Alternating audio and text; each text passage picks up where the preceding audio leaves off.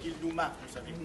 On est en Israël, vous savez, pour la plupart, c'était dur pour venir, hein, il n'y a pas de souci, mais nous ne voulons pas repartir comme nous sommes venus, nous voulons repartir avec une bénédiction. Nous voulons repartir avec un plus dans notre vie, vous savez.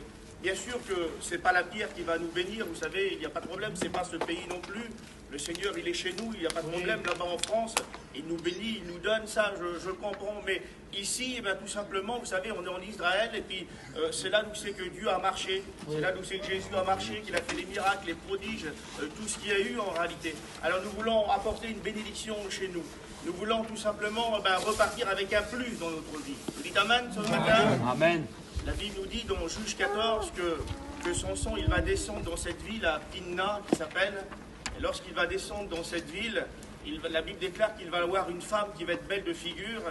Et puis, à ce moment-là, il va aller vers son père et vers sa mère et il va dire, mon père, ma mère, je veux cette fille. Et puis tout simplement, ses parents, ils vont lui dire, mais mon garçon, ils vont lui dire, mais t'es fou, tu veux prendre une fille des Philistins, mais ce sont des païens, tu peux pas faire ça. Regarde, chez nous, dans notre peuple, il y a plein de filles. Et puis là, la Bible déclare qu'il va persuader ses parents. Et puis, lorsqu'il va persuader ses parents, il va retourner à Timna avec son père, sa mère. Et puis là, il va arriver devant cette vigne. Et puis là, la Bible déclare qu'il va y avoir un jeune lion rugissant. Et puis là, il va venir pour dévorer son sang. Et puis, la Bible déclare que l'Esprit de Dieu va ranimer son sang. Et puis, à ce moment-là, son sang, il va déchirer le lion en deux. La Bible déclare comme un chevreau, il va le déchirer en deux. La Bible déclare que son sang était consacré dès sa jeune âge. C'était un homme qui faisait des exploits, c'était un homme qui travaillait avec Dieu, Dieu travaillait avec lui. Il était consacré, son sang. Mais malgré tout ça, vous savez, il a joué avec le péché. Et puis lorsqu'on joue avec le péché, on se fait mal. Lorsqu'on joue avec le péché, on se brûle. Et puis le péché, il est là pour nous détruire, il est là pour nous anéantir.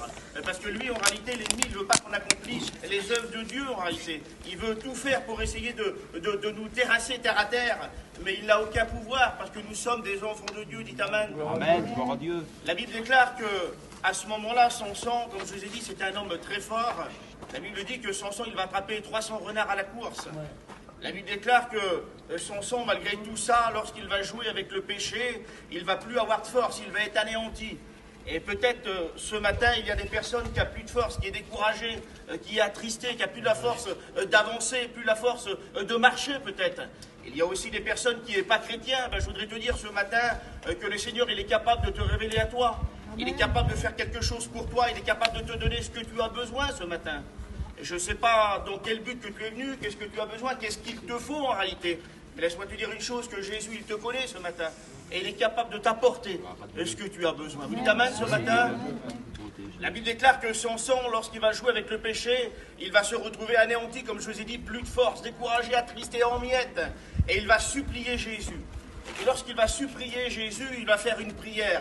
Il va dire, Seigneur, je t'en supplie. Je ne veux pas mourir parmi ces Philistins, ce sont des païens, fais quelque chose pour moi, redonne-moi de la force. Et puis moi je crois de tout mon cœur que cette prière, elle a dû monter au ciel lorsqu'il a prié. Le Seigneur, il a dû l'exaucer comme un parfum agréable. Et puis là la Bible déclare que Samson, il va être là, et puis là il va lui dire tout simplement, il va dire, Seigneur, je suis là mais je meurs de soif, et je n'ai plus de force, je t'en supplie, donne-moi à boire. Et puis là la Bible déclare que Dieu le Père, il va frapper le rocher, et puis là il va sortir de l'eau. Et lorsqu'il va sortir de l'eau, la Bible déclare, comme je vous ai dit, Samson, il était anéanti, plus de force. Il va boire cette eau à la source. Et la Bible va dire que l'esprit se ranima. C'est-à-dire Dieu lui avait redonné de la force, pleine vigueur. Et puis ce matin, comme je t'ai dit, je ne voudrais pas me répéter dans mes mots, mais le Seigneur, il est capable de te donner plein de force. Il est capable de te donner plein de choses, plein de cadeaux en réalité. Mais il faut lui faire confiance ce matin. Et puis j'ai regardé un petit peu, vous savez, le mot Samson veut dire petit soleil. Et puis, vous savez, un soleil, ça sert à quoi? Ça sert tout simplement à éclairer. Un soleil, c'est comme une lumière.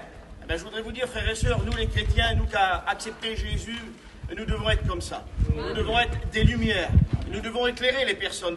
Pourquoi? Parce qu'il y a plein de personnes dans ce monde qui est dans les ténèbres et nous devons montrer que nous sommes la lumière du monde. C'est pour ça que Jésus il va dire, je suis la lumière du monde. Alors on doit suivre Jésus. On doit éclairer les personnes. La Bible déclare, arrachez-les du feu. Et puis je voudrais te dire tout simplement, et je vais m'arrêter là. Je sais qu'il y a plein de personnes qui n'est pas chrétien là. je voudrais te dire tout simplement, accepte Jésus. Amen. On a fait tout ce voyage, vous savez, c'est pour vous. C'est pour que vous recevez quelque chose. C'est pour que vous repartiez avec un plus dans votre vie. C'est pour que vous êtes délivrés. Peut-être que vous avez des liens, je ne sais pas moi quoi. Mais le Dieu que nous servons, vous savez, ce n'est pas un Dieu qui est mort, mais c'est un Dieu qui est ressuscité. Et c'est un Dieu qui bénit. Alors on va courber les francs, on va prier le Seigneur ensemble, puis Nicodème va dire quelques mots après vous les frères. Seigneur,